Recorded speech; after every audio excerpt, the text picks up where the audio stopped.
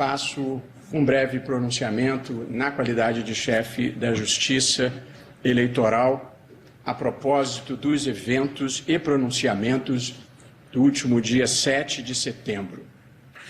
O presidente do Supremo Tribunal Federal, ministro Luiz Fux, já se manifestou com relação aos ataques àquele tribunal e aos seus ministros e também às instituições com o vigor que se impunha.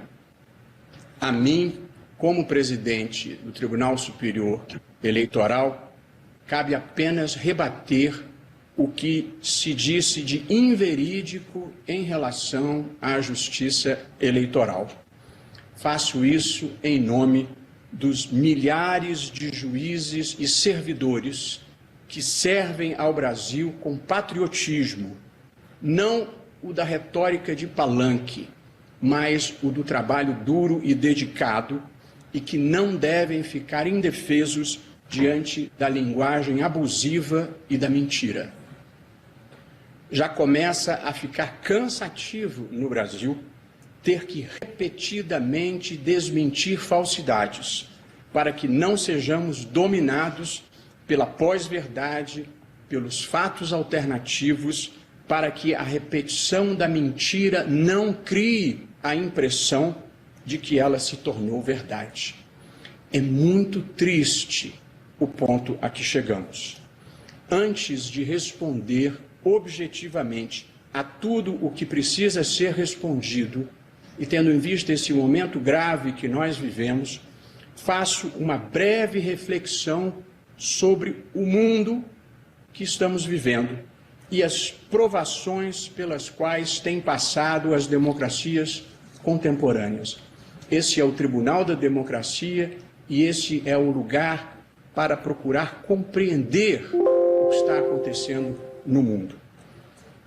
A democracia vive um momento delicado em diferentes partes do mundo, em um processo que tem sido batizado de recessão democrática, democracias iliberais, constitucionalismo abusivo, legalismo autocrático e outras identificações. Os exemplos foram se acumulando ao longo da história.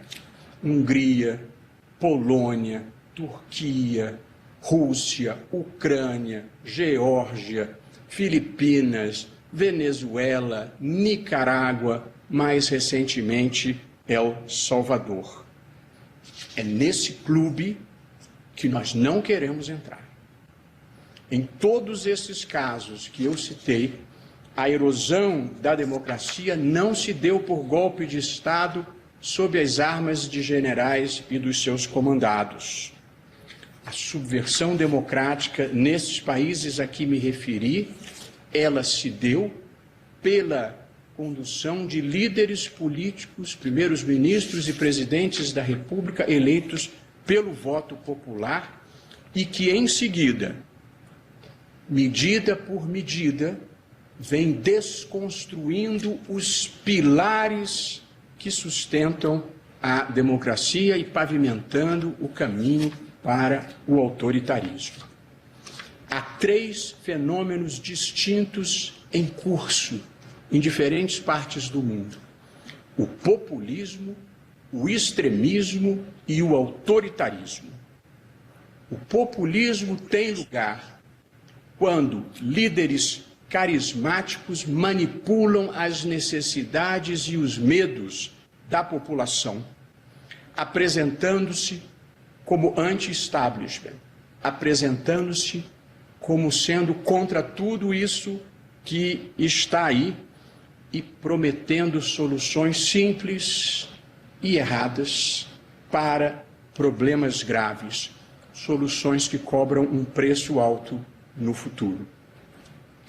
Quando o fracasso bate à porta, porque esse é o destino do populismo, é preciso encontrar culpados, bodes expiatórios. O populismo vive de arrumar inimigos para justificar o seu fiasco. Pode ser o comunismo, pode ser a imprensa, podem ser os tribunais. As estratégias mais conhecidas praticadas no mundo são: 1. Uso das mídias sociais, estabelecendo uma comunicação direta com as massas para inflamá-las. 2. Desvalorização ou cooptação das instituições de mediação da vontade popular, como o legislativo, como a imprensa e as entidades da sociedade civil. E a terceira estratégia é o ataque às Supremas Cortes ou Cortes Constitucionais, que têm o papel de, em nome da Constituição, limitar e controlar o poder. Em segundo lugar, vem o extremismo, que se manifesta pela intolerância, agressividade e ataque às instituições e às pessoas. É a não aceitação do outro, o esforço para desqualificar ou destruir aqueles que pensam de maneira diferente. Cultiva-se o conflito do nós contra eles. O extremismo tem se valido de campanhas de ódio, de campanhas de desinformação, de meias-verdades e teorias conspiratórias que visam a enfraquecer os fundamentos da democracia representativa. Manifestação emblemática dessa disfunção foi a invasão do Capitólio nos Estados Unidos após a derrota de Donald Trump nas eleições presidenciais. E por aqui não faltou quem pregasse a invasão do Congresso e do Supremo Tribunal Federal. E por fim, o autoritarismo, que é esse fenômeno que sempre assombrou o nosso continente, a América Latina, e não só a América Latina. Essa tentação permanente daqueles que chegam ao poder. Em democracias recentes, parte das novas gerações já não tem o registro dos desmandos da ditadura, das ditaduras, com seu cortejo de intolerância, de violência e de perseguições. Por isso, muitas vezes, as novas gerações são presas fáceis desses discursos autoritários. Eu vivi a ditadura. Ninguém me contou. E vejo com tristeza, muitas vezes, pessoas que sentem que perderam a fé no futuro e têm saudades de um tempo bom que não houve. Ditaduras vêm com intolerância, violência e perseguições. Uma das estratégias do autoritarismo é criar um ambiente de mentiras, no qual as pessoas já não divergem apenas quanto às suas opiniões, como é próprio da democracia. Divergem quanto aos próprios fatos. Pós-verdade e fatos alternativos são palavras que ingressaram no vocabulário contemporâneo e identificam essa distopia em que muitos países estão vivendo. E uma das manifestações do autoritarismo pelo mundo afora é a tentativa de desacreditar o processo eleitoral e as instituições eleitorais para, em caso de derrota, poder alegar fraude e deslegitimar o vencedor.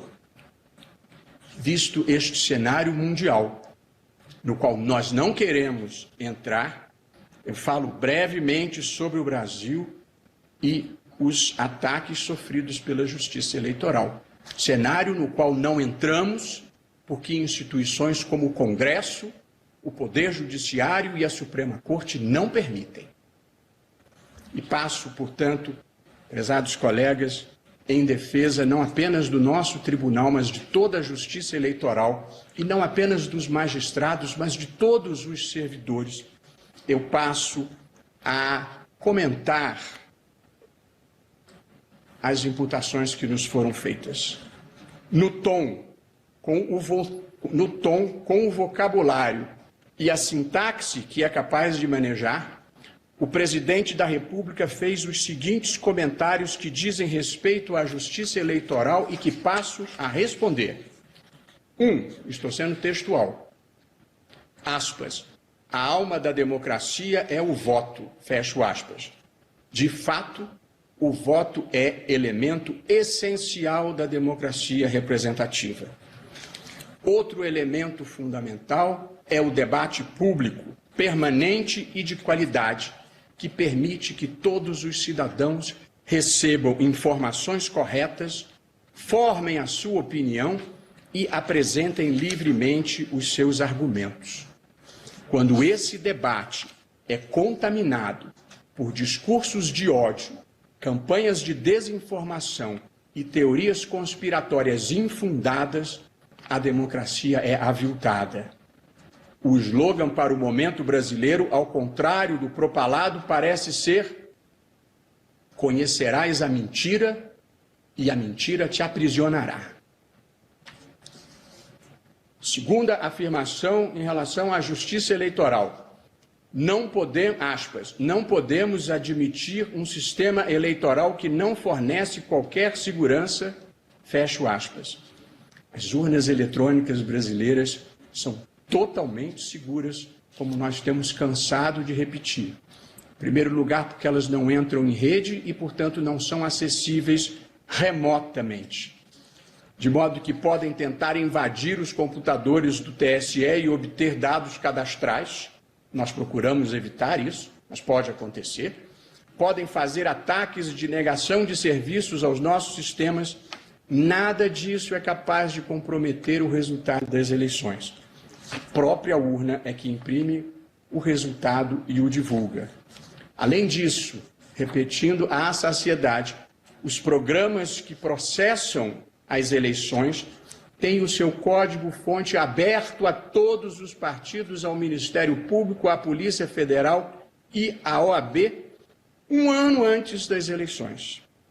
Estará à disposição dessas entidades em evento público a partir do próximo dia 4 de outubro, quando estaremos a um ano das eleições. Inúmeros observadores internacionais examinaram o sistema com seus técnicos e atestaram a sua integridade. E ainda hoje eu vou anunciar a Comissão de Transparência Eleitoral com representantes de instituições públicas e da sociedade civil que vão acompanhar aqui de dentro cada passo desse processo a partir do dia 4 de outubro. Portanto, o sistema é certamente inseguro para quem acha que o único resultado possível é a própria vitória. Como já disse antes, para maus perdedores não há remédio na farmacologia jurídica. A terceira afirmação, aspas, nós queremos eleições limpas, democráticas, com voto auditável e contagem pública de votos. Não vou repetir cada item do que tenho dito. As eleições brasileiras são totalmente limpas, democráticas e auditáveis. E por esse sistema foram eleitos Fernando Henrique Cardoso, Lula, Dilma e Bolsonaro. O sistema tem mais de 10 camadas de auditoria, ou seja, a possibilidade de verificação externa da sua integridade. Agora, prezados ministros, população brasileira, contagem pública manual de votos é como abandonar o computador e regredir não à máquina de escrever, mas à caneta tinteiro. Seria um retorno ao tempo da fraude e da manipulação. Se tentam invadir o Congresso Nacional e o Supremo Tribunal Federal, imagine-se o que não fariam com as sessões eleitorais. As eleições brasileiras são limpas, democráticas e auditáveis. Nessa vida, porém, o que existe está nos olhos do que vê. Quarta afirmação. Não podemos ter eleições onde pairem dúvidas sobre os eleitores. Pois bem, depois de quase 3 anos de campanha diuturna e insidiosa contra as urnas eletrônicas, por parte de ninguém menos do que o presidente da República, uma minoria de eleitores passou a ter dúvidas sobre a segurança do processo eleitoral. Dúvida criada artificialmente por uma máquina governamental de propaganda. Assim que pararem de circular as mentiras, as dúvidas se dissiparão. Quinta afirmação, aspas, não posso participar de uma farsa como essa patrocinada pelo presidente do Tribunal Superior Eleitoral. Fecho aspas. O presidente da República repetiu incessantemente que teria havido fraude na eleição na qual ele se elegeu. Disse eu, então, à época, que ele tinha o dever moral de apresentar as provas. Não apresentou. Continuou a repetir a acusação falsa e prometeu apresentar as provas novamente. Após uma live que deverá figurar em qualquer futura antologia de eventos bizarros, foi intimado pelo TSE para cumprir o dever jurídico de apresentar as provas, se as tivesse. Não apresentou. É tudo retórica vazia contra pessoas que trabalham sério e com amor ao Brasil, como somos todos nós aqui. Retórica vazia, política de palanque. Hoje em dia, salvo os fanáticos, que são cegos pelo radicalismo, e os mercenários, que são cegos pela monetização da mentira, todas as pessoas de bem sabem que não houve fraude e quem é o farsante nessa história. Sexta afirmação, aspas, não é uma pessoa no Tribunal Superior Eleitoral que vai nos dizer que esse processo é seguro e confiável. Não sou eu mesmo que digo isso, nem nenhum de nós. Na verdade, até todos os ex-presidentes do TSE no pós-88, 15 ministros e ex-ministros do Supremo Tribunal Federal atestam isso. Mas, na verdade, quem decidiu que não haveria voto impresso não foi o TSE, foi o Congresso Nacional. A esse propósito, e também aqui para desfazer falsidades, eu compareci à Câmara dos Deputados após 3 convites da autora da proposta, do presidente da comissão especial e depois por um convite pessoal do presidente da Câmara dos Deputados. Eu não fiz ativismo legislativo, ninguém do TSE fez ativismo legislativo, nós fomos convidados a comparecer ao Congresso Nacional e participar de um debate público aberto e franco sobre um tema importante que estava sendo discutido. Fui ao Congresso Nacional, sim, e lá expus as razões do TSE. Nós não temos verbas para distribuir, nós não temos tropas. Aqui ninguém troca voto. Fui lá, como vou a todos os lugares, porque eu trabalho com a verdade e com a boa fé. São forças poderosas nessa vida. São as grandes forças do universo.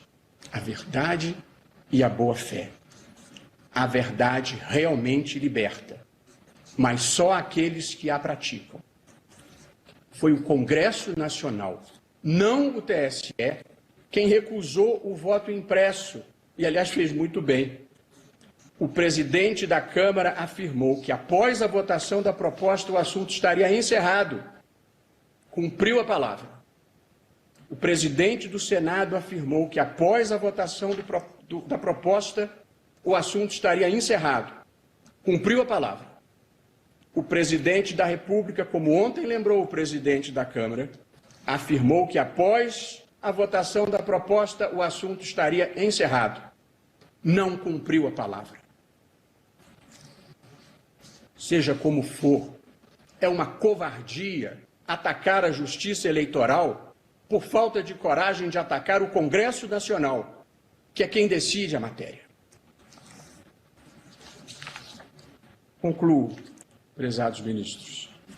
Insulto não é argumento. Ofensa não é coragem. A incivilidade é uma derrota do espírito. A falta de compostura nos envergonha perante o mundo. A marca Brasil sofre, nesse momento, triste dizer isso, uma desvalorização global. Não é só o real que está desvalorizando. Somos vítimas de chacota e de desprezo mundial.